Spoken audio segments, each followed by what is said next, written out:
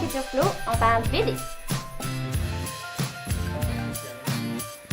C'est les détails que tu vas chercher pour les passes effectivement. Mathieu! Véro! Salut! Excuse-moi! Mathieu, t'as des suggestions BD pour nous aujourd'hui? Oui, 3 belles suggestions et on va commencer par Gibi de Samuel Parent, mieux connu sous le nom de Sam Parr. Gibi, en fait, c'est un super bébé. Il entend gratter dans son garde-robe, puis là, une bonne nuit, il décide qu'il prend son courage à deux mains, qu'il ouvre la porte et qu'il va voir qu'est-ce qui se cache dans son garde-robe. Et quand il le fait, ben écoute, le monstre qu'il découvre est pas mal moins gros qu'il pensait et ce monstre-là s'enfuit. Et n'écoutant que son courage, parce que c'est un super bébé, ben écoute, il va à la rencontre de ce monstre-là et ça l'amène dans des lieux tout plus incongrus les uns que les autres. J'ai eu un gros coup de cœur pour cette bande dessinée-là. Et c'est pour quel groupe d'âge? Je te dirais que pour une première lecture, ça serait parfait. J'irais pour un 7-8 ans à peu près. Donc une bonne suggestion fait au Québec. Fait au Québec. Et la deuxième suggestion, Oui. Dad. Là, on s'en va plutôt en France. Donc, on y va avec Dad, qui est, entre autres, un récipiendaire du prix catégorie jeunesse du Festival d'Angoulême de cette année, écrit par Nob.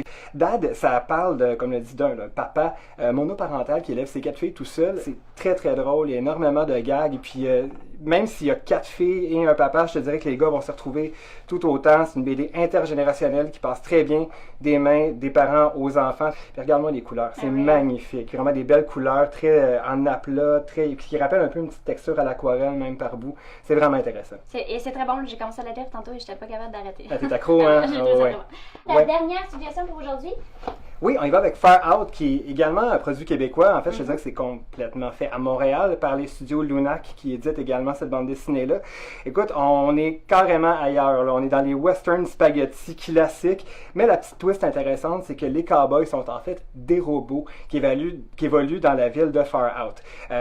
Et là, moi, au début, j'étais un peu sceptique. C'était intéressant, les robots, moi j'adore ces univers-là, un peu science-fiction, sauf que je me disais, ça rajoute-tu vraiment quelque chose? Que ce soit des robots plutôt que des êtres humains, et effectivement, ça ajoute beaucoup au niveau du relief comique. Il y a des situations classiques de films de western, de cowboy qui sont dirigées d'une autre manière parce que ce sont des robots qui les vivent. Puis regarde-moi les belles teintes, c'est vraiment, on est dans le camailleux, dans le sépia, vraiment c'est sale, il y a de la poussière, il y a du sable, il y a de la saleté. C'est vraiment bien réussi au niveau de l'ambiance. Moi, je me suis vraiment éclaté en lisant ça.